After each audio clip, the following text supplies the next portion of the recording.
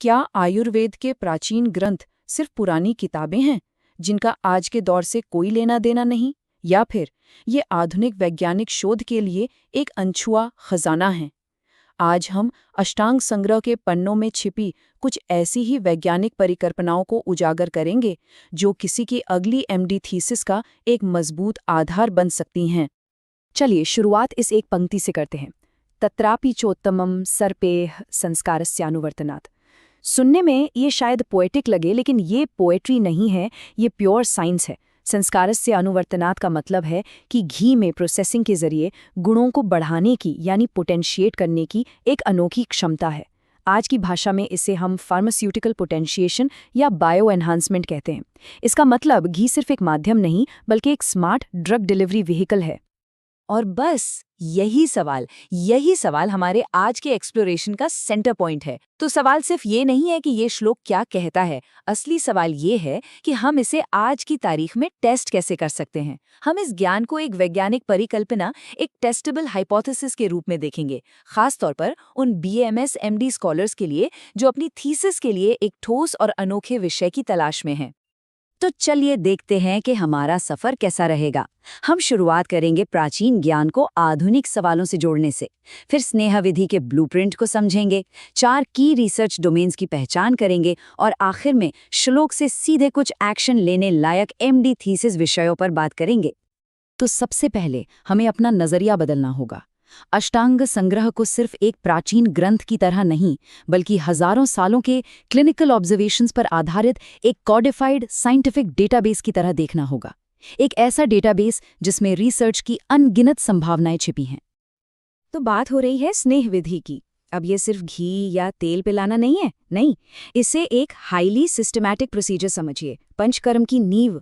आज की भाषा में कहें तो ये एक तरह की लिपिड बेस्ड फार्माकोथेरेपी है। और इस चैप्टर की जो सबसे कमाल की बात है ना, वो है इसकी बनावट। ये किसी कहानी की किताब जैसा नहीं, बल्कि एक मॉडर्न प्रोटोकॉल मैनुअल जैसा है। हर चीज क्लासिफाइड, हर निर्देश सटीक। आइए इस ब्लूप्रिंट को डिकोड करते हैं। जरा इस क्लासिफिकेशन पे गौर कीजिए।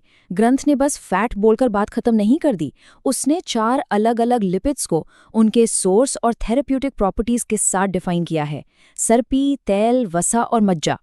ये एक बेहद प्रिसाइज फार्माकोलॉजिकल डिस्टिंक्शन है जो सदियों पहले किया गया था।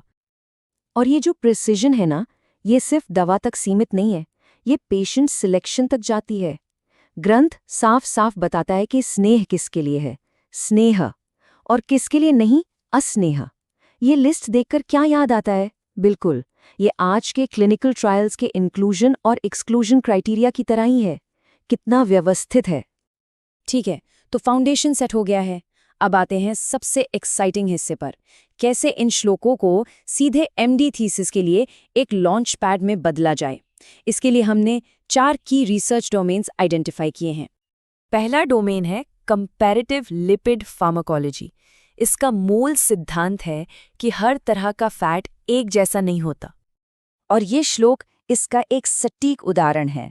ये कोई सुझाव नहीं है, ये एक क्लियर कट साइंटिफिक क्लेम है।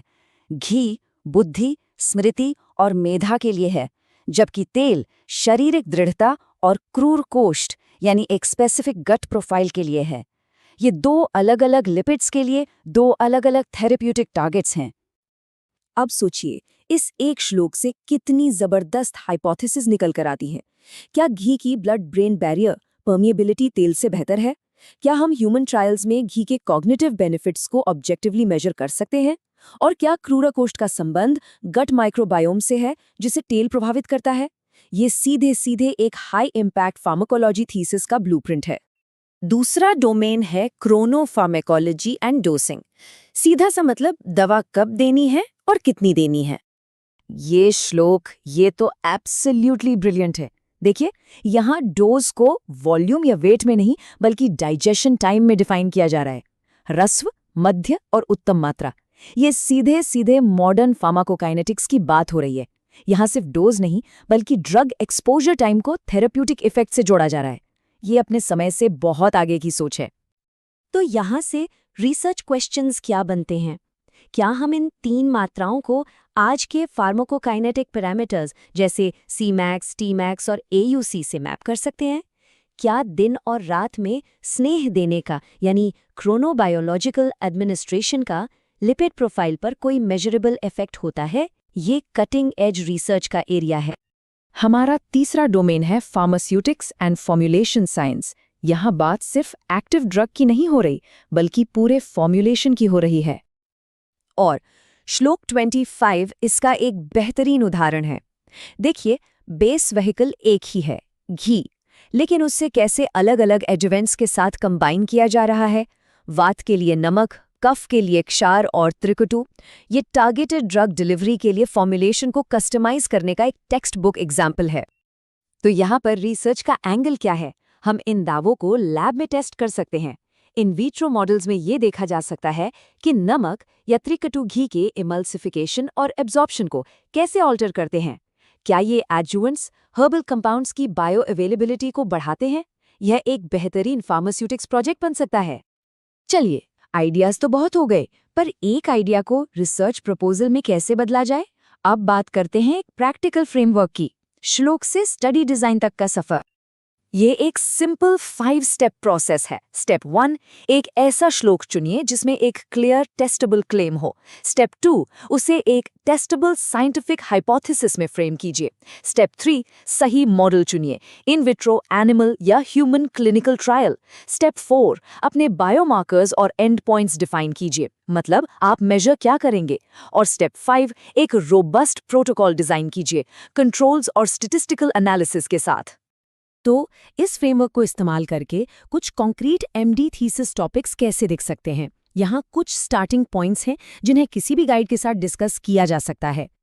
जरा सोचिए, स्वस्थ स्वयंसेवकों में औषधीय घृत और तेल का एक तुलनात्मक फार्माकोकाइनेटिक अध्ययन, या फिर वात विकारों में स्नेह के क्रोनोबायोलॉजिकल प्रशासन का प्रभाव। और ये देखिए, सम्यक स्निग्ध लक्षणों का आधुनिक बायोकेमिकल पैरामीटर्स का उपयोग करके वैलिडेशन। हर एक टॉपिक में एक हाई क्वालिटी पब्लिकेशन की पोटेंशियल है। और आखिर में यह समझना जरूरी है कि ये सब सिर्फ एक एमडी डिग्री पाने के बारे में नहीं है, ये उससे कहीं ज्यादा बड़ा है। ऐसा शोध आयुर्वेद और मॉडर्न साइंस के बीच एक पुल बनाने का काम कर सकता है। ये प्राचीन ज्ञान को वैलिडेट करने और उसे 21वीं सदी की इंटीग्रेटिव मेडिसिन का हिस्सा बनाने का एक शानदार मौका है। अष्टांग संग्रह ऐसी सैकड़ों, शायद हजारों टेस्टेबल हाइपोथेसिस का एक महासागर है। सवाल ये है कि इनमें से कौन सी परिकल्पना को प्रकाश में लाया जाएगा? दुनिया के सामने उसकी चमक कौन दिखाएगा? चुनाव आपका है। आपकी रिसर्च यात्रा अब शुरू होती है।